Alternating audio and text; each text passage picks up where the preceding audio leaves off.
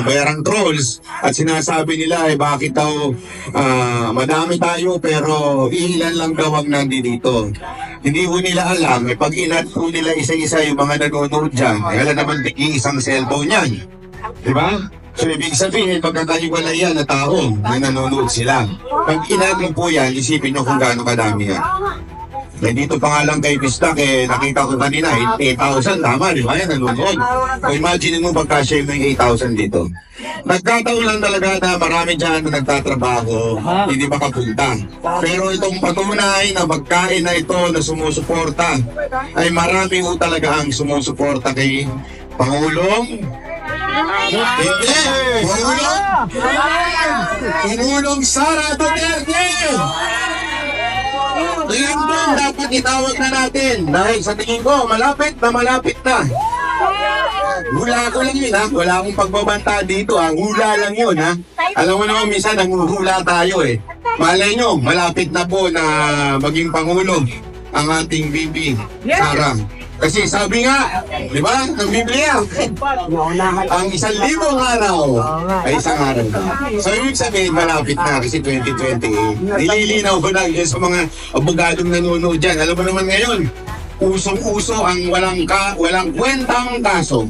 Katulad ng ginawa nila kay Bibi Sara Duterte na kung ano-ano, pati yung anti-terror law, alam mo, grabe po yun grabe po kasi sigurado ako, marami sa atin ang sumuporta sa anti-terror bill pala.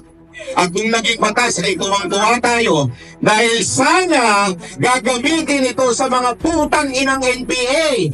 Pero ginagamit ninyo sa isang matinong Vice President. Saan ba naman kayo nakakita ng payo na ganon?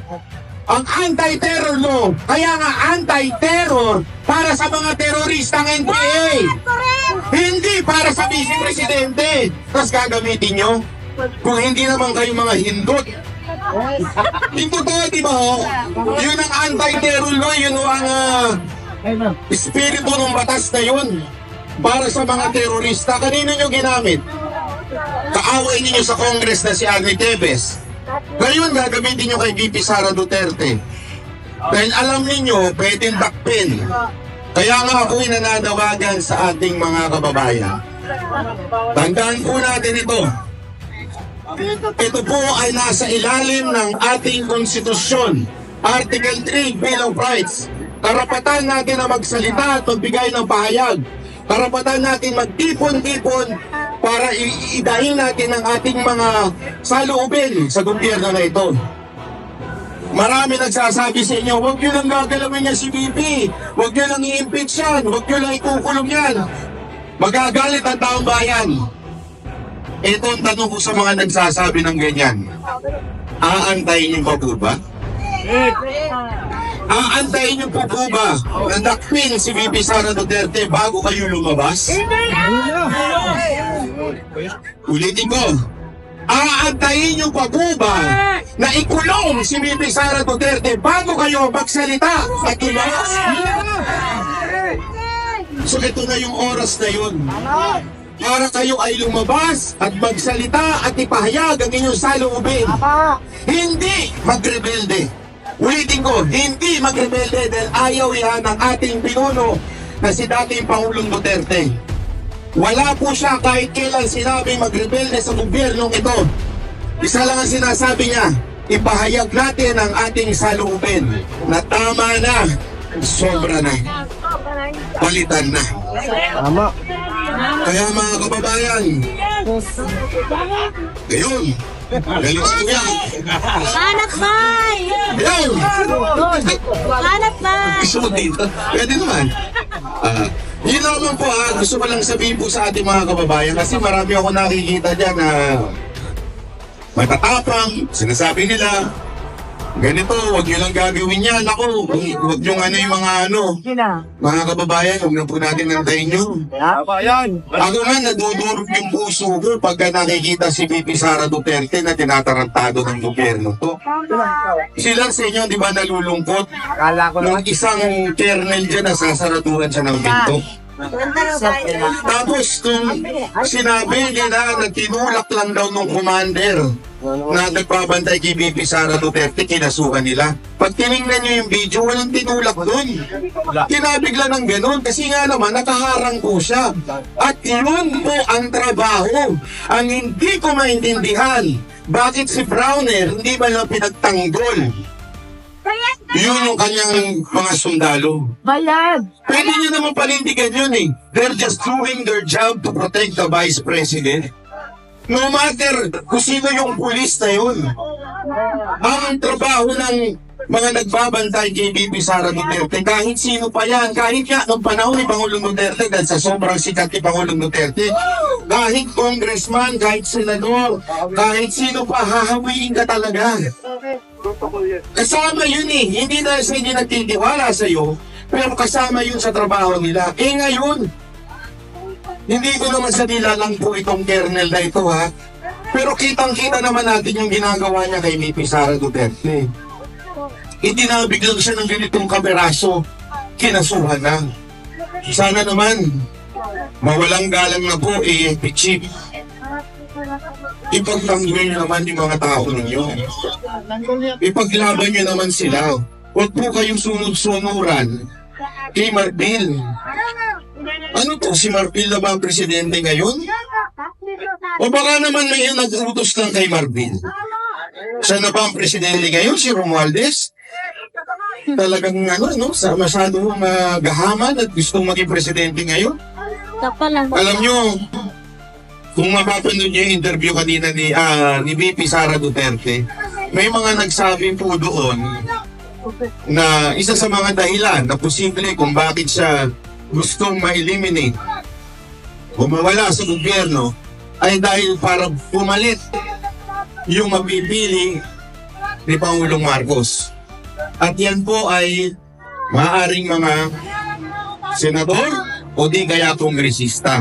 Pero kung titignan po natin, sino po ba ang pinakamalapit sa Marcos? Ang speaker. So sa totoo lang po, yung speaker ang makikinabang kung sakali.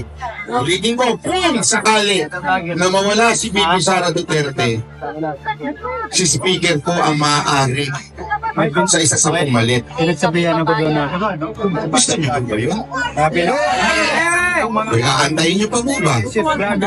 Kung hindi niyo naantayin, ipakita niyo na po ang inyong salubin dito. Pumunta po kayo.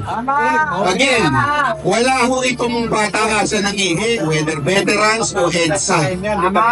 Importante, pagpunta kayo kung saan meron at kung saan kayo malapit. Pumunta kayo dito o kaya sa veterans. So yun lang po yun.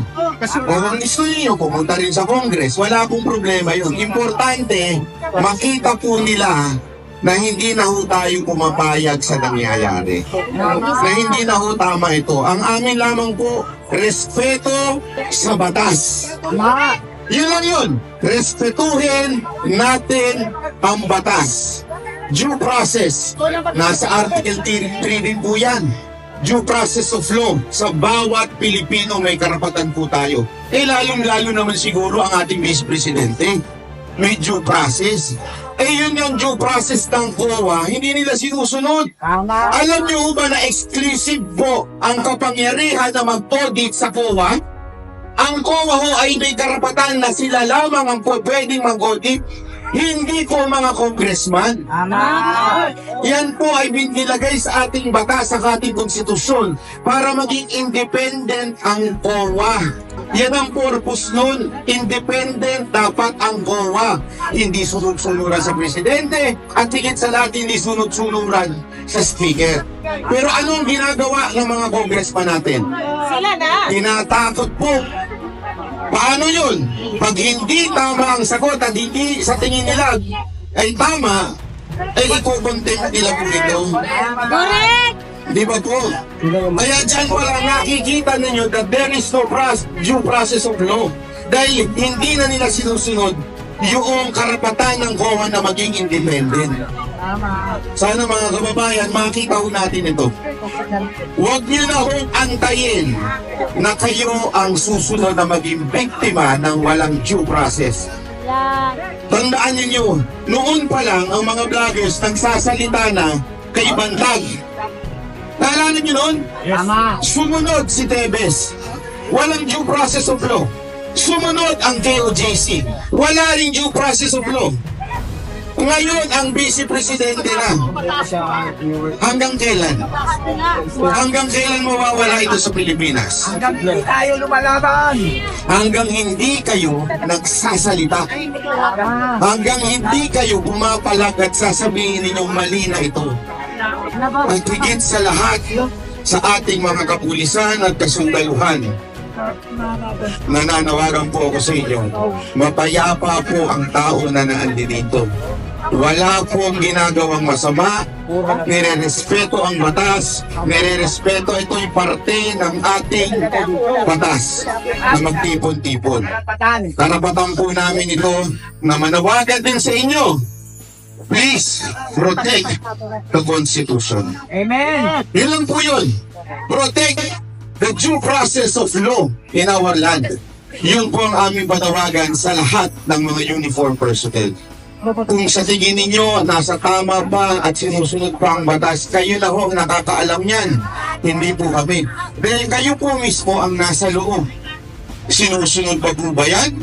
O verbal na lang ang utos sa inyo? Nasa kamay nyo na po yan. Sabi nga ni Tatay Digong, wala na sa kamay ng mga Duterte yan. Wala na sa kamay nating mamamayan yan. Nasa sa inyo na po yan. Ako po si Banat Bay, in behalf of all the Banateros, maraming salamat po. Wala po uuwi. Tuloy-tuloy na ho ito, ha? Amen. Okay? Maraming salamat. Sigaw naman yan, Duterte! Duterte! Duterte! Duterte!